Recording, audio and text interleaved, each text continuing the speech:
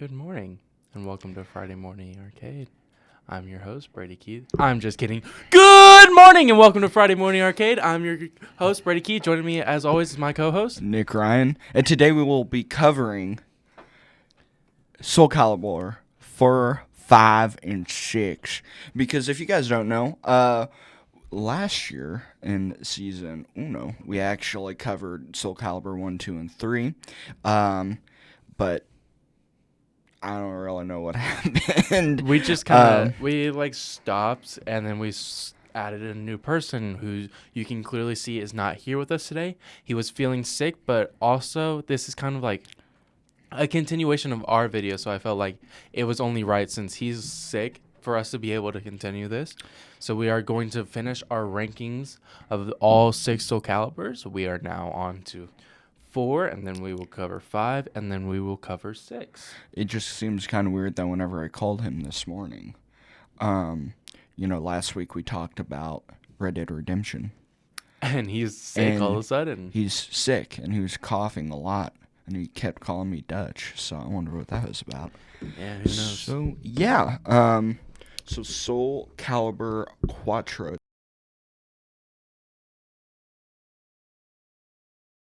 Do you want to start it off? Yes, so Soul Calibur 4, it was released in 2008, so it's one of the newer, I say newer, but it's 17, 18 years old now. So this one, I believe, was for the PS3 and Xbox 360. 360, yep. So I think this is when we move into our more better looking and feeling games, and more into the graphically enhanced and more like, oh, this feels different than all these ones because we're less pixely, we're more clear motion capture style, we're more fighting game, Mortal Kombat era stuff now. Yeah, and so visually, I've always been a big fan of the PlayStation 3 and that kind of generation of consoles and their looks, because you're starting to approach the time when everything is still heavily art style driven, but you're starting to kind of see that whole idea of realism to start slowly creeping in. And Soul Calibur 4 is a really, really unique take on how all of these different fighting games during, this time was approaching. MK9 had just came out 2 years after. Street Fighter was still in its infancy, at least whenever it came to the console generations. It hadn't approached Street Fighter 4 yet. And then Tekken was kind of on a download. They were creating off and on. Some games they were constantly messing up, which is Tekken is a very interesting historical lesson. But this game, I feel, does a really great job, in which I want to kind of segue into the combat. Yeah, this game does definitely do a better feel of combat compared to Soul Calibur 3, for instance. This is why I think we hold Soul Calibur games so highly, is because each one feels different than the other, and each one sort of moves on and betters itself. But I also, since you brought up combat, let's talk about the fact that I think this is one of the first games to bring in guest characters, because I think, did we have any DLC guest characters in MK9? Technically Freddy. I think Freddy was in there, and not, I guess not on this scale, because there were multiple of them, and I think that they were also depending on what console you had, dependent on what character you got. Yeah, and with a Mortal Kombat, not Mortal Kombat. Well, yeah, Mortal Kombat 10 brought in actually full. Alrighty, sorry about that, guys. We are so sorry with that technical difficulty. We should now be in front of your face, looking beautiful as ever. Yeah, so we were talking about the combat, and that's one thing that with a lot of these legacy franchises, your Assassin's Creed, Final Fantasy, whenever you start getting into like, your fourth entry, your fifth entry, you have to be able to find a way to mix things up as best as you can. And even if it's on. Hey guys, sorry again for that technical difficulty. Please give us a little bit of a leniency break. This is only our second one we've recorded for the school year, and just things have gotten a little busy. So sorry about the audio on the first episode, where some of our mics are. We just, as you can see, got new mic stands and stuff. So it's just like it's kind of messing up. But as we were saying, but no, like Mortal Kombat and stuff has like sort of learned from Soul Calibur how to do continuations of everything, because Soul Calibur was really good at like continuations of games and stuff. So they knew how to continue a game, how to change it, how to take it from this to this, how to boost it to that next level. And in Soul Calibur 4, I think they did that with a combat system where they added the guest characters of Yoda and Darth Vader. So it kind of was like how I think this is where Mortal Kombat fully got their inspo for like, oh, let's reach out to these companies and see if we can put their characters in the game. Soul Calibur 4 did that. They got Yoda and Darth Vader, and it kind of changed the way fighting games were. Yeah. Like the whole idea of the bringing in guest characters and like the creativity of it, we always kind of wonder like, oh, well, what would this character from a non-fighting game franchise play in a fighting game franchise? Yeah. And so one of the biggest things with, like I said before, with a lot of those like ongoing franchises is it's the art of understanding when something needs to be changed, which is something that like, Ubisoft has kind of struggled with, the past couple of years with the Far Cry series.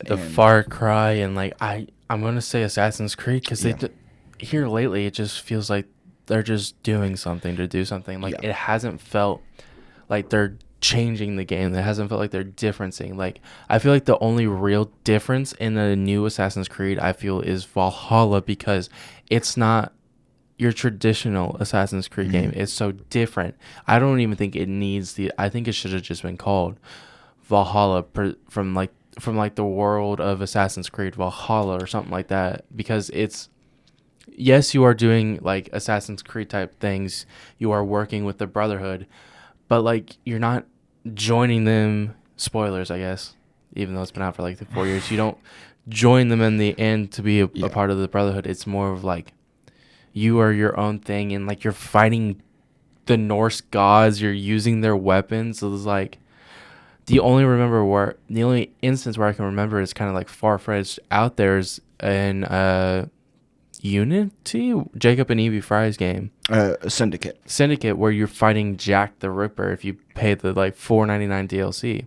So it's just like it doesn't feel like an Assassin's Creed game. It doesn't like when we came back from like Odyssey Odyssey, where you have this Egyptian theme and you have all these like villains and stuff, and then you move on to what's the one where you get like buried in the sand? I'm trying to think of that one. Origins? Yeah, Origins. And then you move to Origins, where it's more of like, oh, so you are now back in this like desert Egyptian theme, but you are now attacked by groups of like evil like Egyptian figures. Like you have the scarab, like they're all behind animals, so they're like this own little crime syndicate, I guess, and it just creates a different feel than the way like Valhalla does, and how it is just a fighting the gods and stuff. Yeah, some people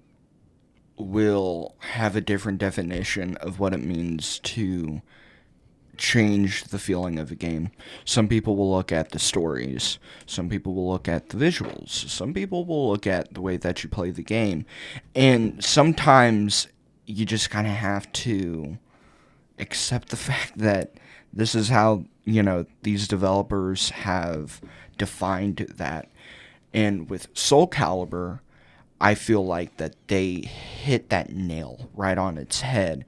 That, it feels like a Soul Calibur game, but it feels better. Yeah. It does feel better, but with this game, they also changed the history of Soul Calibur because this is the first game where they added online co-op multiplayer where you could battle against each other online, how you could in Mortal Kombat and everything. They took that and like, let's throw this in this game, and it changed the way we see Soul Calibur. Like, I feel like 4, 5, and 6 are the three of the best games because of the way that they changed how the people look at Soul Calibur, how Soul Calibur feels, how it plays, and it just like changes the way we think about Soul Calibur. When you hear Soul Calibur, you don't think of 1, 2, or 3. You think of 4, 5, and 6. And I think 7. I think there is 7 of them. I think there's like 10. I'm not gonna lie. If there's 10, we might do another part, but if there's only 7, we'll just leave it like this. Yeah. But yeah, like, again, with Soul Calibur's combat, it's very timeless. You don't really get, like, for instance, For Honor, I get is kind of that similar play style in a way, but the whole aspect of it being a pure fighting game with, kind of this medieval approach to its combat, and that combination is kind of what makes, I at least for me, what makes Soul Calibur 4 so unique, is that, and especially since we are, so Soul Calibur 4 is the first game to release onto the PlayStation 3 and Xbox 360. For me, that era of games is whenever you start, going into really easy going gameplay.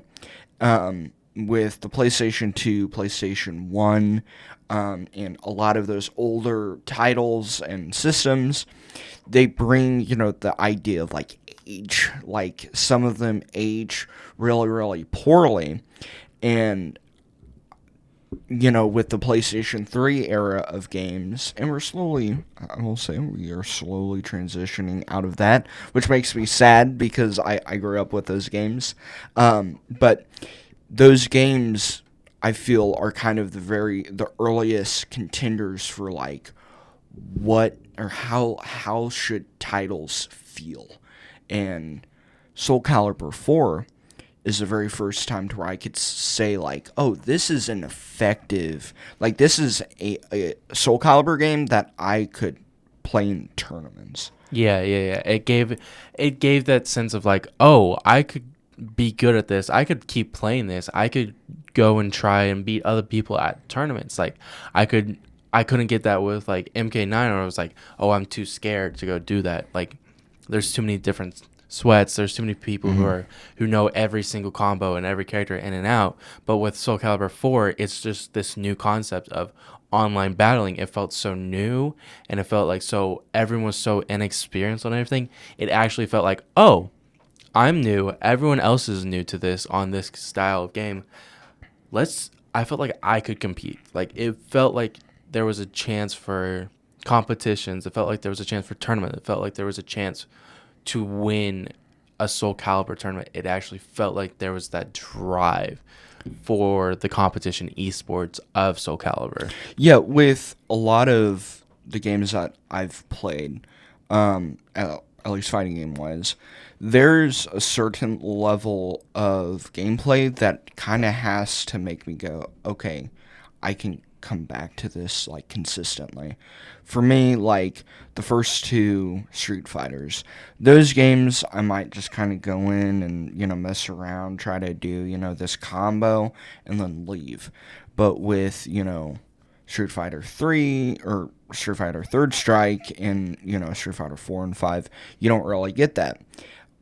But Soul Calibur 4 is a game that I can come back to. And that's the thing, is that it's so fun to play that there's times to where I'm like, I would rather, instead of playing, Tekken, I'd rather just go and, hop on my PlayStation 3 and play Soul Calibur 4. Yeah. I get that. It gives you that sense of replayability, which I know me and you, that's one of our biggest things that we talk about in season 1 is like, what is the replayability factor of this game? What do I want to keep doing? Do I want to keep playing? What is driving me back? And I think it's just Soul Calibur 4.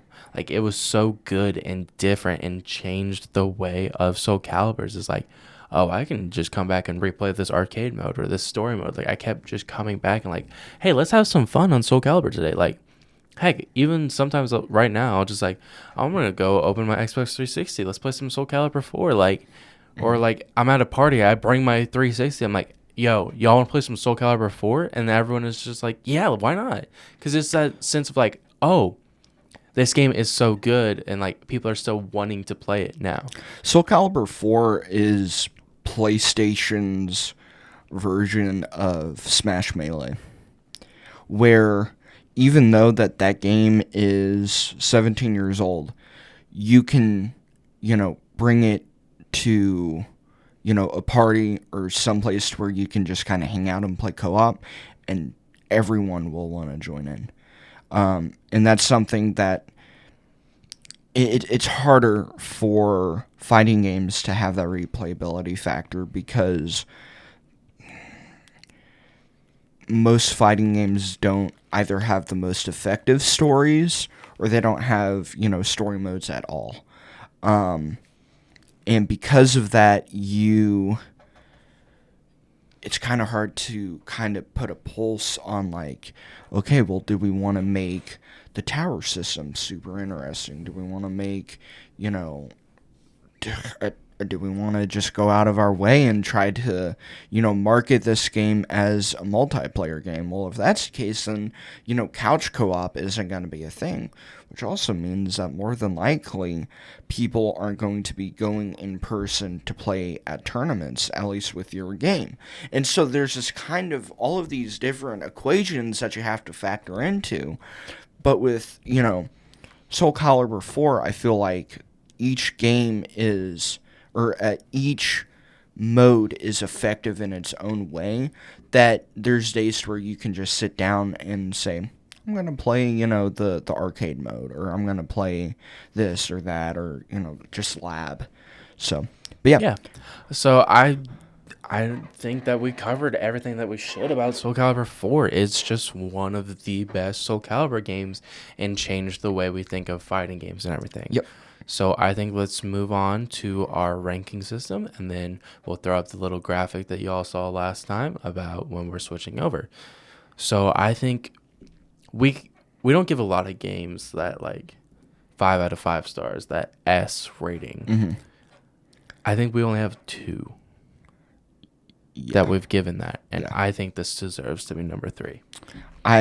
For a fighting game, and for it being this age, and the fact that over the summer I was able to go back and play it actively, I think that this deserves its stripes. All right, so final rating for Soul Calibur 4 is S, and the highest of all Soul Caliburs. We shall now move on to its less successful cousin. Well, cousin, brother, sister, whatever. I don't know. We'll now move on to Soul Calibur 5. Alrighty, welcome back from that little graphic. We are now on Soul Calibur 5. Now, like I had said before we went to the thing, Soul Calibur 5, it fell short from Soul Calibur 4 because of its rush development. That was my biggest critic with this. Is like, it was just that rush development of like, oh, they saw the success of 4, like, hey guys, we need Soul Calibur 5 now. It needs to be released in like 2 years or a year. Like, it needs to come out, and they caused that rush thing, which left stories unanswered, it left things going, but it also caused the removal of personalized character-based arcade mode endings that you get in like Mortal Kombat now, Yeah, that was probably one of my biggest things with like with Soul Calibur, because between 3 and 4 there was a generation uh jump. So for anyone who doesn't know what that means, so Soul Calibur 3 was on the PlayStation 2. Soul Calibur 4 was on the PlayStation 3. And because of that, you have 2 years of already kind of establishing what um, what fighting games are going to look like on that system, the PlayStation 3, and the two kind of biggest ones, or at least one of the biggest ones, was Mortal Kombat 9. The biggest thing with Mortal Kombat 9 was that the story itself should have been its own identity. Let's be honest, after, I don't know, like, after the 2010s, when every fighting game deserved to have a story mode, no one wanted it, and which is kind of the reason why there's a lot of games that don't anymore. And this is one of those games that should not have. I will.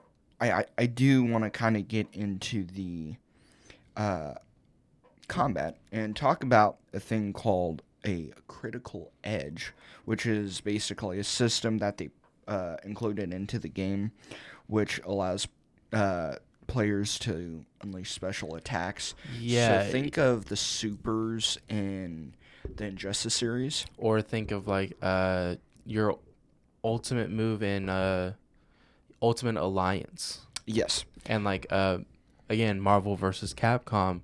Like I'm just thinking of like Ace Attorney's objection move and stuff building up, and he brings in the thing. But like it was introduced in Soul Calibur 3. That was, if I remember correctly, that was not 3, 4. That's when it was introduced with Soul Calibur 4, and everyone's like, "Oh, this is a cool new feature." It's like, "Oh, I can now build up this charge. Ooh, what does it do?" And then boom, it unleashes this cool little super combo attack, and players found ways to, I like, I'm gonna use Mortal Kombat terms, but like 60% somebody's health, and Yeah. then into the combo to like sort of do that additional 20-30%. Yeah. It was their way of doing touch of death, um, in my wording, which is Capcom. And yeah, the biggest problem with that, going from Soul Calibur 4 to 5, was the fact of it's already been done and everyone else has done it.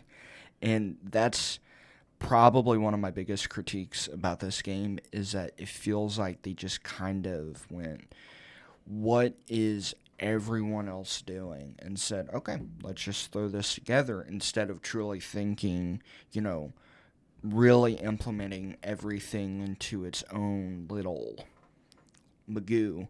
And because of that, you get a Soul Calibur that, obviously the series is known for its identity.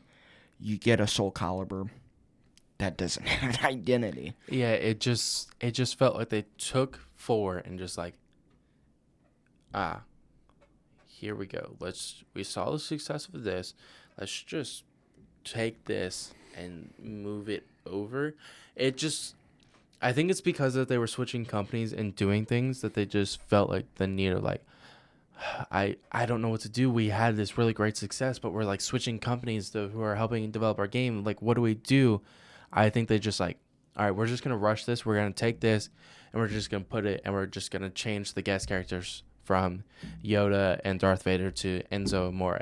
Yeah. It really felt like they're like, oh, I don't know what to do.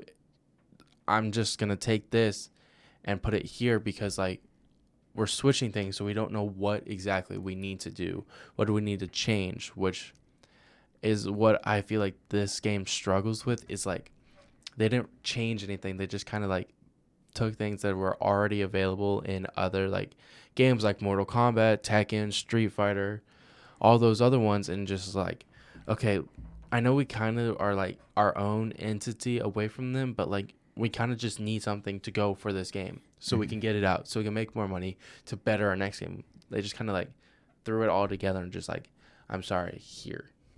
It's a perfect example of a developer not knowing why their game is successful and just kind of going, I looked on YouTube and this is what it said, so let's just optimize that. And even then, nothing was optimized. And I just, that game, whenever I think of it, I'm like, how can players understand your game better than what you can? Yeah. Like, Yeah, it's sad seeing these games because we really enjoy these games. mhm. But it's sad seeing like they had no idea what to do with this. Is what it felt like. They just like, I don't know what to do. What are some of our popular things from this or that? So they just took them and like copied and pasted them into this game and then just went. Like everyone else had like that. You know, the quick battle mode that they added in this game? Like Yeah. everyone else had that. Yeah. They're just like, yeah, this is popular. Boom, let's do that. Let's add the little online titles that you can get from doing this like everyone else does. It just felt like they're like, oh, I like that from this game. I like that from this game. I don't know what to do. We're switching companies. Let's just, Yeah. Yeah. And again, this is kind of when you go, man, we should have really stopped at 4. Because usually, and again, I go back to the whole idea of like, how can developers take, these long franchises, getting into its, quadology and then, 5 games and 6 games. How can they expand as much as they can without making it boring or without rehashing the same slop every single title? Which right now there's a game called Call of Duty that's coming out that may or may not be doing that. No, but with all due honesty, it's just like, that's a perfect example of it, and that's why I don't really understand this game, because it's like, first, like I said before, you don't really know why your game was successful in the first place, and second of all, you don't know where to go with it. Like, I feel like that if you're a writer or if you're a developer, you should probably have some sort of blueprint already in your mind. I mean, good Lord, George Lucas, knew what he was going to do with, Revenge of the Sith by the time that, he was filming Star Wars The New Hope. Again, that's based off of a book, so he probably already knew. But, like, it's that whole idea of, like, that's writing one-on-one. it's just like you have to know what to do for the next game. You have to be prepared. Like, as a writer myself, I always like, if I'm writing something, I have another thing lined up for the next part. Or like, if I'm writing a novel or a book, I already have like, oh, so this is what I'm doing on this chapter. This is what I want to happen next chapter. This is what I want to happen. So it's that dominoes of like, oh, I want this. I know I want to do this. So how does this react to this? Like, how do you continue going? And for this game, they didn't know what to do. Again, I'm not trying to like give them leniency or like hold them to it. I'm just like, I go back to, it's because they were switching games. They were switching like developers and everything. They just seem confused. They really did. They seem so confused from just switching. Like, I'm thinking of other games that have switched from developers that are like this, that are just as bad, but like I can't really, because like even though they were switching developers, they still knew what they wanted to do for their next game. Mm-hmm. They knew how they wanted it to look. So they told the new people that they were coming to, hey, this is how I want it to look. I wanted to change it from this to this. And it's just like Soul Calibur didn't do that. Yeah, I mean, like, I always go back to when EA bought Rare Studios, which did the Banjo-Kazooie games. They bought them. Rare did partial, a good amount of work on what would have been the new Banjo-Kazooie game. EA then said, "You're done." Made them pack up and go, and then EA took another studio. I'm not sure if it was one of their own, but then they took another studio and made Banjo-Kazooie, I think it's called Nuts and Bolts, I think. But, which was just another heartless racer. But it was like, yeah, they knew that they were going to, have a death knell, but they waited until, it was right time. And it's like, I mean, there's not really any type of excuse for it. And what I will say is, you want to talk about foreshadowing. The guest character in this game was Ezio Auditore from Assassin's Creed. Like we haven't just been talking about a while ago. So, but yeah, I mean, visually it was okay. There's nothing too offensive about it. No, it was just, I think this game deserves like a C plus B minus because like it was a rush development. They're switching everything around. They just saw what everyone liked. They saw what everyone enjoyed. Then just like, here, we'll just put it out while we figure out all of our new stuff going on. Yeah, it was definitely, a rough patch, which happens, especially like I said before, whenever you start getting into, more and more games within that franchise and trying to continue on with the story and trying to expand, the prowess of combat and, what that looks like. So, I mean, I go back and forth with it, because it's like, it's not a great game, it's an alright fighting game, but it just kind of felt like they kind of sold out. They're like... It really did. It felt like they just copped out, sold out, and just was like, yeah, let's just go ahead and just put this out. Yeah. So I think we've kind of covered everything about it. I don't know. I guess B minus because it's not C. It's not like horrendous and horrible. It's just... Yeah, no, B minus is a pretty average stance. So yeah, I'm also saying B minus. Alrighty, general consistency of 5 is B minus. Now we throw up the graphic for our next one, Soul Calibur 6. Hey y'all, welcome back from Soul Calibur 5s. We are now on Soul Calibur 6, which, like we said, not a great one, kind of rushed and everything. So now we have moved on about because this Soul Calibur 7 came, not 7, six came out in 2018. 2018, and Soul Calibur 5 came out like 2010. It does not say. Yes, 2010.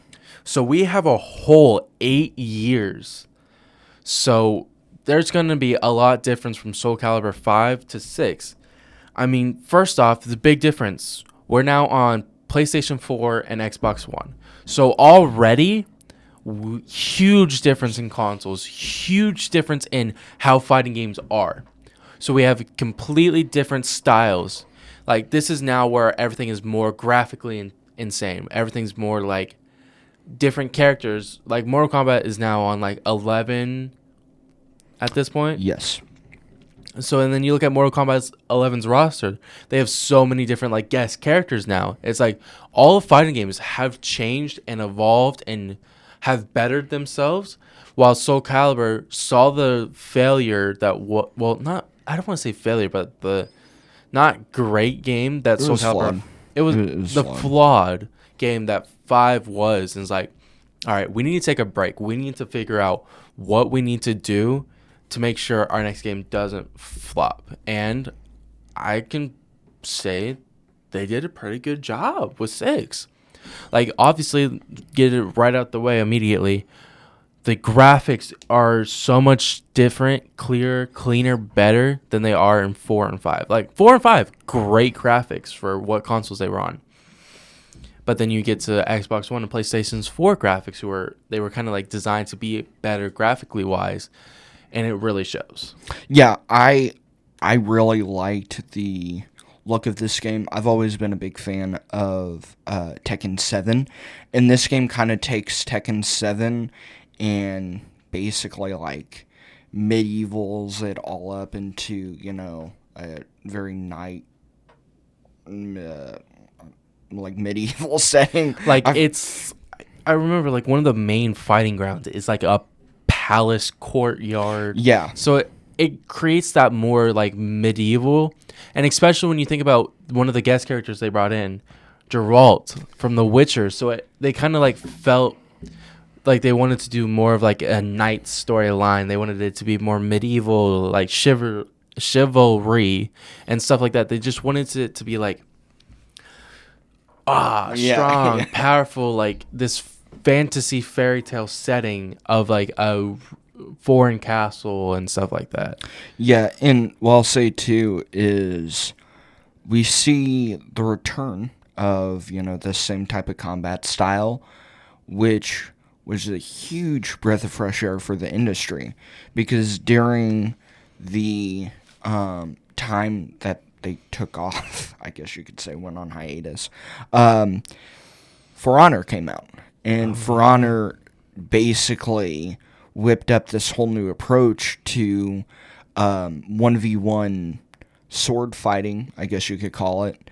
Well, with For Honor, there's a little bit more than just sword fighting. Oh yeah. Because there's like different classes. Like I know it's still played and heavily played today. Because you have, let's see, you have the samurai class. The samurai. You have Viking, traditional like swordsmen, knights. You have archers. You have monks. Like there's so many. It changed the way people look at a 1v1 combat game. Right. And so with this release, we kind of seen a return to like, oh, this is what, you know, that kind of aesthetic, I guess you could say. It also gave like before. It's like this, like I've been craving this. It's like yes, it gave you that satisfaction of like, this is all so bland. It's just the same thing over and over again, and it gave us that like, this is what I've missed. Yeah, yeah. It's like For Honor is a good substitute. Don't worry. But Soul Calibur, man, I remember that game, and yeah, and I absolutely loved the approach to combat. We've seen the inclusion of I think it's called Soul Edge and Edge Reversal. Yeah, those I think were the two like stories of 4 and 5. Yes. It gave us that final ending that we were looking for with 5, and it changed everything in a way of like story wise. So I thought that was really cool that they saw what they did with 5 and how they kind of like left it unfinished and was like, all right, we're scrapping that. Yeah. Let's finish off the story of 5. Let's change the story. Let's make it a better story. So that way we don't have people are like complaining about how, oh, our story's flawed. It doesn't have endings and stuff like that. Yeah, which, I mean, it now, you know, during this time, it's 2018. Mortal Kombat has done this, you know, 2 times by now. Actually, probably not 2. Well, actually. We have 9. We'd have 10 and 11. And then if you think about it, did that DLC come out before? I think that DLC was 2017. I think Aftermath was 2017. Okay, so yeah, it had been technically restarted again. So yeah, 2 times, you know, during the break of Soul Calibur, you know, Mortal Kombat had, you know, restarted their universe or timeline, you know, 2 times. So yeah, it's kind of this like wiping the slate clean and saying, okay, we see what our problem was. Let's go back. Let's, you know, return to form. And honestly, it's really, really strong. I'm someone that I still main Geralt to this day, or Geralt, I mean. Okay, so never mind. Aftermath came out in 2020. Okay, okay, one time then, but then. I did not think that it was 2020 for Aftermath. I honestly, which is odd because fighting game DLC to take like 3 years Something is like that. long. But yeah, like that game, Soul Calibur 6 is.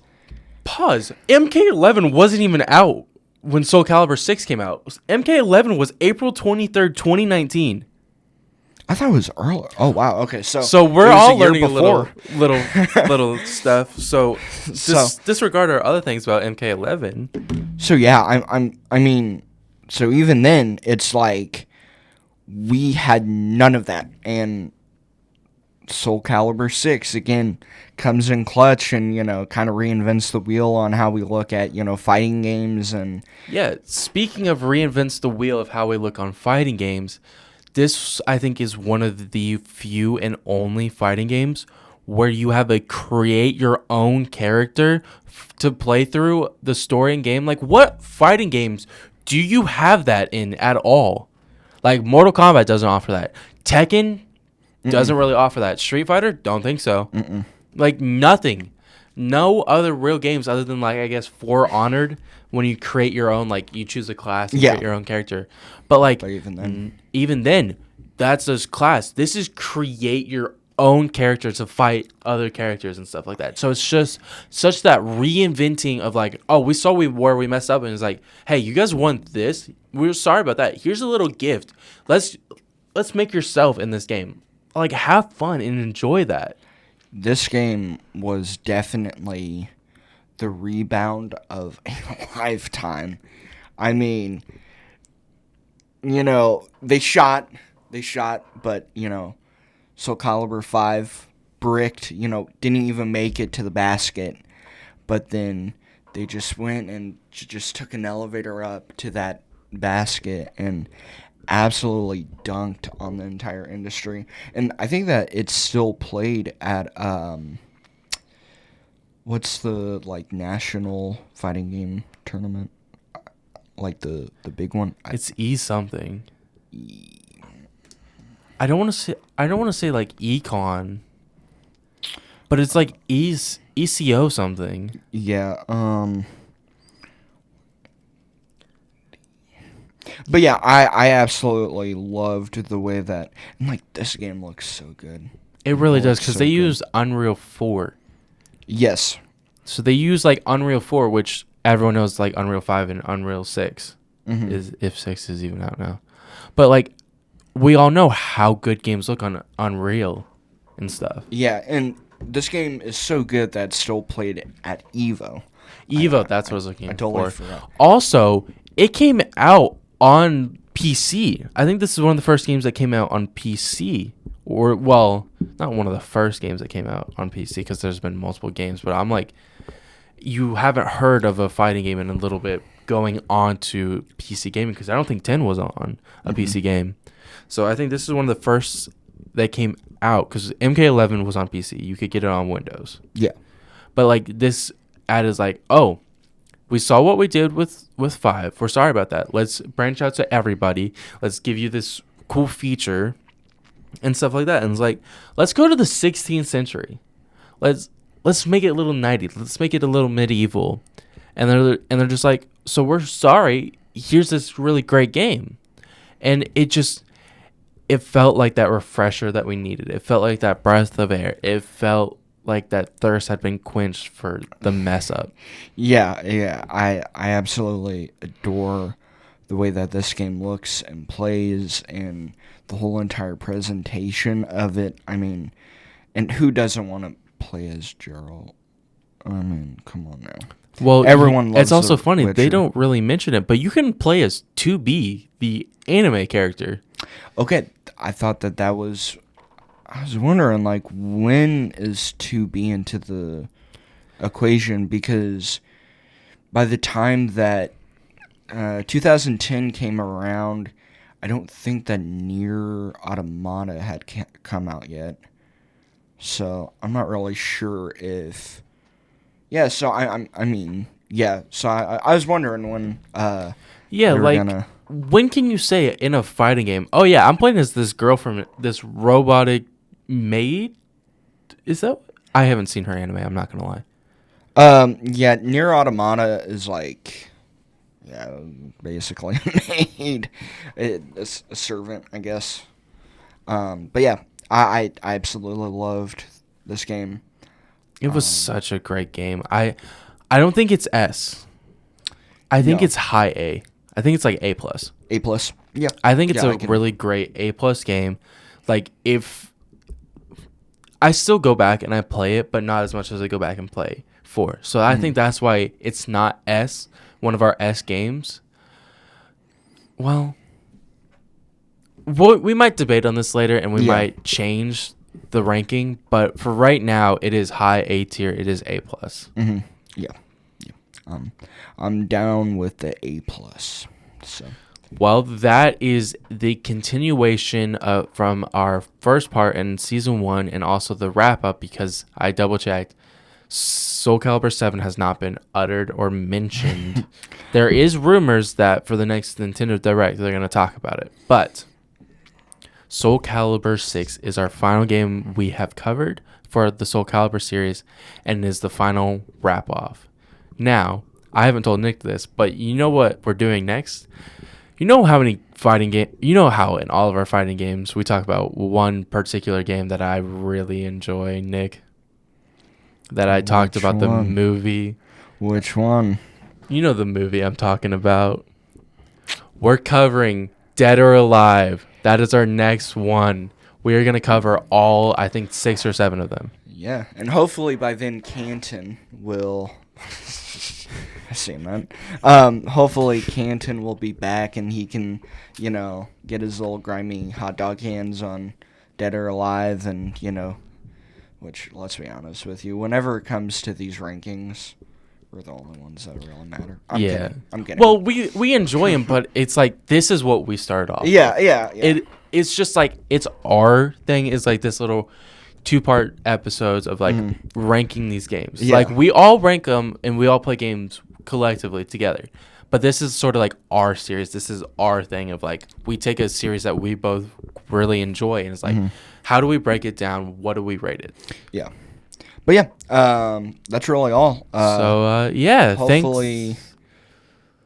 if it's already not released, but hopefully it is. This coming week, you guys will be seeing the return of Turn the Page Tuesdays. Oh, yeah. Next week, we'll be getting back into wrestling highlights, maybe depending on some things that we have to talk over. So we'll be kicking it back into full gear. And so, yeah. Thanks for joining us at Friday Morning Arcade. We're unplugging for today. Deuces. See you next time.